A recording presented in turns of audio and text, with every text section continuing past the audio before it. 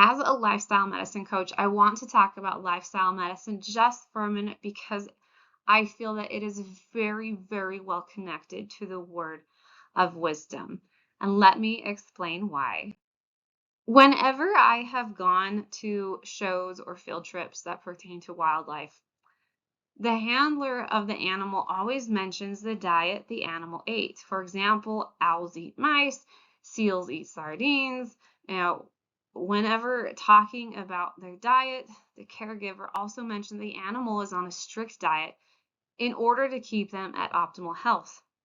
And I always thought, well, aren't we lucky as humans that we don't need a strict diet to be healthy? Or do we? When I thought of this, I was thinking of all the amazing foods that I had the opportunity to eat because no one had told me I shouldn't.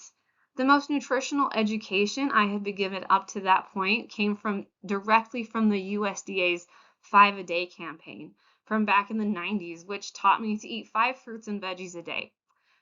But let's think about this more logically. Why would humans be the only animals that don't have a specific diet? God never said every body is different, as I hear so many people say.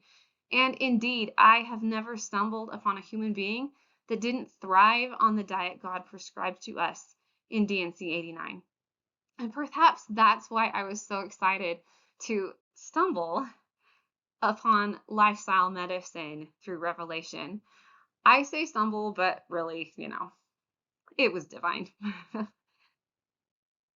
Lifestyle medicine was the proof that I needed to know that human bodies are all built the same.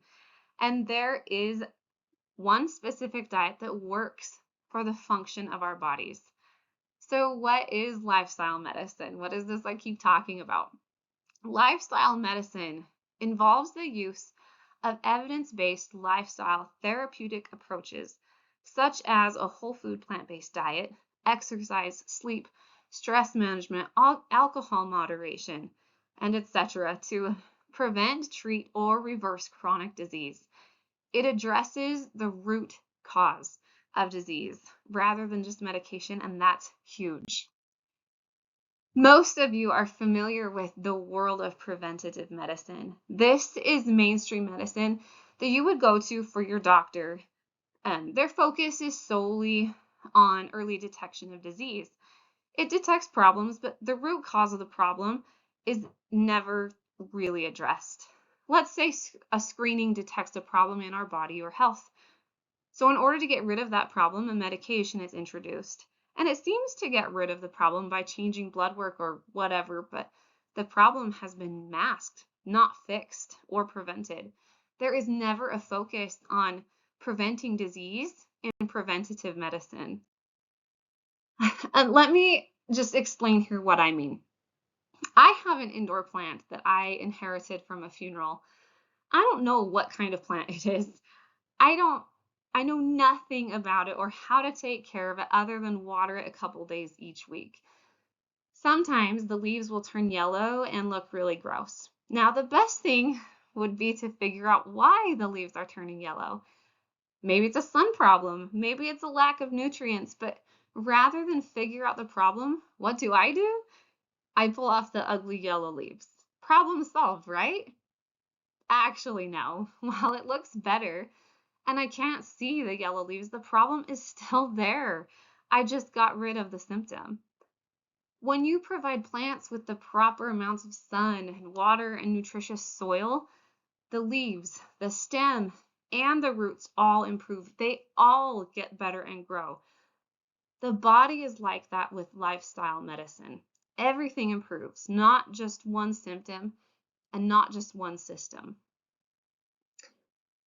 To a great extent, said Ezra Taft Benson, we are physically what we eat.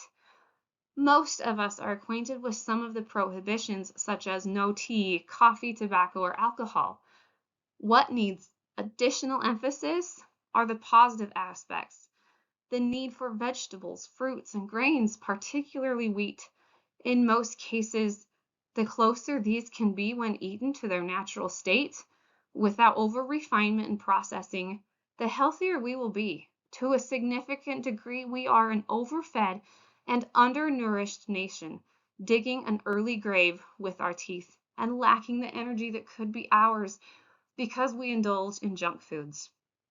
I find this quote amazing that it comes from the Secretary of the Department of Agriculture, where they do so much research on nutrition. The lifestyle we choose to live is either the foundation for chronic disease or the prevention of it.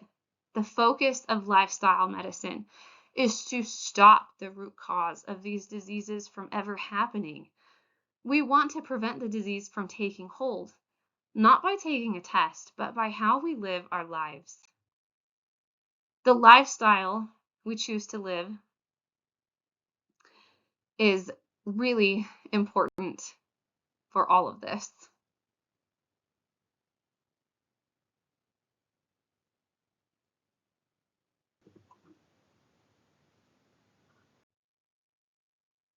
The word of wisdom was given for a principle with a promise. That word principle in the Revelation is a very important one. A principle is an enduring truth, a law that guides you in making decisions. Often principles aren't spelled out in major detail. They stay pretty generic. This gives us an opportunity to decide how we are going to live by the principle for ourselves. Boyd K. Packer said, members write in asking if this thing or that is against the word of wisdom. It's well known that tea, coffee, liquor, and tobacco are against it. It has not been spelled out in more detail. Rather, we teach the principle together with the promised blessings.